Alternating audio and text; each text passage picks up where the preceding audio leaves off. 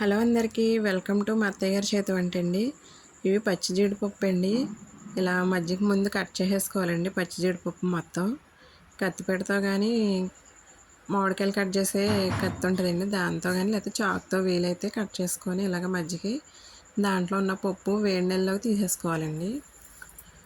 ఆ గిన్నెలో వేడి వాటర్ ఉన్నాయండి, ఆ వేడి నీళ్ళలోకి అలా పప్పు తీసేసుకోవాలి. అలా తీసేసుకున్నాక ఆ పొట్టుని ఒలుచుకోవాలండి. జీడిపప్పు పొట్టు ఉంటుంది పైన, ఆ పొట్టు అంతా ఒలిచేసుకోవాలండి. ఇవి కొంచెం ఉన్నాయండి, ఆ కొంచెమే కర్రీ చేశాను. ఈ కొంచానికి మామూలుగా మనం ఇంట్లో వాడుకుంటాం కానీ జీడిపప్పు అది వాటర్లో నానబెట్టి అది ఈ జీడిపప్పు అది కలిపి వండానండి. అలా మొత్తం పొట్టు తీసేసుకోవాలండి. తీసేసుకొని ఒక గిన్నెలో వేసుకోవాలి. నాకైతే ఆ చిన్న గిన్నెలోకి వచ్చిందండి. ఆ పెద్ద బౌల్లోది మనం ఇంట్లో వాడుకునే జీడిపప్పు అండి, చిన్న బౌల్లోదేమో పచ్చి జీడిపప్పు అండి.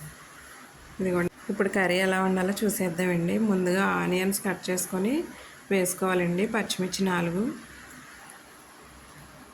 1 స్పూను ఉప్పు వేసుకోవాలండి, కల్లుప్పు, 1/2 స్పూను పసుపు వేసుకోవాలండి. ఒకసారి ఫ్రై చేసేసుకోవాలి, తిప్పుకోవాలి ఒకసారి గరిటెతో. ఆనియన్స్ బాగా వేగనివ్వాలండి.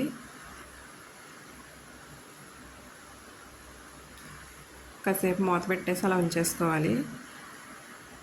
ఆనియన్స్ బాగా వేగేయండి. చూడండి, దాంట్లో కొంచెం కరివేపాకు వేసుకోవాలి టేస్ట్ కోసం. ఒకసారి మళ్ళీ తిప్పేసుకొని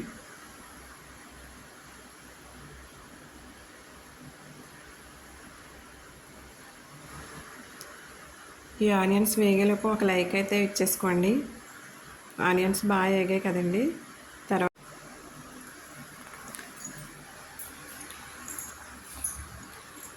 దీంట్లో 2 టీ స్పూన్లు అల్లం వెల్లుల్లి పేస్ట్ వేసుకోవాలండి.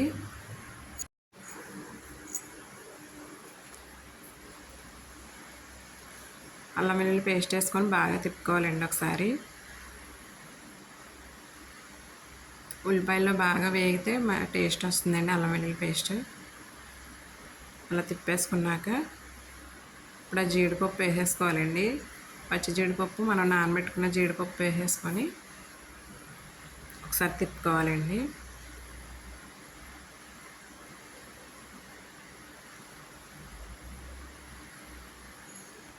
మా వీడియో ఫస్ట్ టైం చూస్తున్నట్లయితే సబ్స్క్రైబ్ చేసుకొని చూడండి.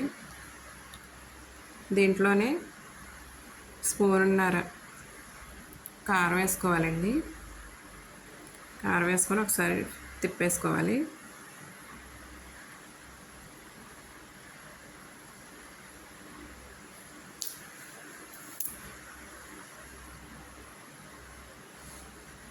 ఒకసారి బాగా తిప్పేసుకొని దీంట్లో కొంచెం కొత్తిమీర వేసుకోవాలండి. 1 గ్లాసు వాటర్ పోసేసుకొని ఒకసారి తిప్పుకొని ప్లేట్ మూత వేసేసుకొని కర్రీని కాసేపు కుక్ అవనివ్వాలండి. కొంచెం దగ్గరకు ఉడికే వరకు ప్లేట్ మూత వేసుకొని ఉంచుకోవాలి. మన నోటిఫికేషన్స్ రావాలంటే బెల్ సింబల్ని టచ్ చేయండి. ప్రతి వీడియో మీకు ఫస్ట్ వస్తుందండి. దీంట్లో మసాలా పొడి వేయాలండి. గరం మసాలా పొడి, చికెన్ మసాలా ఉంటే చికెన్ మసాలా పొడి కూడా 1 స్పూన్ వేసుకోండి, బాగుంటుంది. చూసారా, బాగా కుక్ అయిపోయిందండి కర్రీ.